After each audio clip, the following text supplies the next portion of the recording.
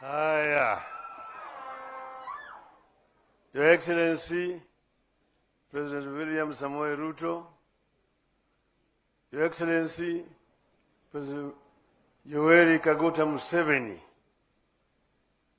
governors, distinguished guests, wananchi yote hamjambo, Osaureuru, Umor, Will, Ushiek, Erukamana. Your Excellencies, feel welcome here in Ramogi land. I am very delighted to have opportunity to speak here before my two brothers. I talked to my brother William Ruto. I told him that there's something very special that is being celebrated here. That what is called Penyiluo. That this time they have invited people from all over Eastern Africa, from DRC, Uganda, South Sudan, Ethiopia, Tanzania. And it would be a very good idea if we could invite our neighbor to come and join us. He told me I'm going to call him. And he called him, and Yoweri agreed to come to be with us here today on the 2nd, just one day after the New Year, when he should be with his families in Uganda. This is a great honor that we don't take for granted. And it also shows a good neighborliness, a neighbor who comes to you at the time of need. So we are happy. We, Kenya and Uganda, we are brothers. We, of course, have the artificially created borders, which were drawn somewhere in Berlin, where none of our forefathers were represented. Now we become hostage to these borders, artificial borders. They have divided their people across countries. Here you see you have got the Karamojong there and the Turkana. You've got the Pokot in Kenya and Uganda. You've got the Sibei and the Sabaot. You've got the Bukusu and the Wagishu. You've got the Samia, Kenya, and Samia, Uganda. And then you've got, of course, the LUOS here, the LUOS in Uganda, and so on and so forth.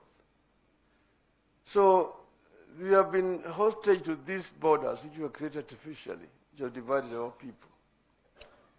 And our view is that these borders, we don't need to become impediments to cooperation and working together. This gathering here is not political. It's just cultural, to bring people together, people who share common culture. Because Waswahili wanasema ati mwachamila ni mtumwa. So this is how you develop culture. Culture cannot be static. Culture is dynamic and moves as society grows. And we were able here, you have seen when we were here. And we had people from Ethiopia. The representative of the king of the Luo in Ethiopia came here with his team and showed us how they do, what they do, which some of which are different, and what do we share in common together. We have the Padola also speaking here. The Acholi were here. The Alur, and so on, even the Luos of Tanzania. So this is a good reunion. And this is not a reunion of politics. You don't talk politics here. Where you live is your country. When you're in Kenya, you're a Kenyan. When you're in Uganda, you're a Ugandan, and so on and so forth. But this also actually emphasizes the need for African unity. because you have become hostage to the borders which were imposed by the colonialists for a long time. And we really think that it is time now to actualize the dreams of the founding fathers of the African Union. If you look at what was being said at Addis Ababa at that time, everybody was talking about African Union now, most of the people. But then there was those who were saying, no, let us be gradual. There were the gradualists and the ones who wanted it to be immediate. And that's where, for example, Mwalimu Nyerere differed with Kwame Nkrumah. But now, 61 years later, Mwalimu himself came and said that he thinks Nkrumah was right, they were wrong. But we need now to begin to look at how can we unite Africa. One of it is the issue of migration. People moving from one country to another country. Make it easier for people to move. Second one is trade. Inter-African trade is only at 15%. Inter-European trade stands at 70%. Inter-Asian trade stands at 60%. Africa trades more with the external world than with itself.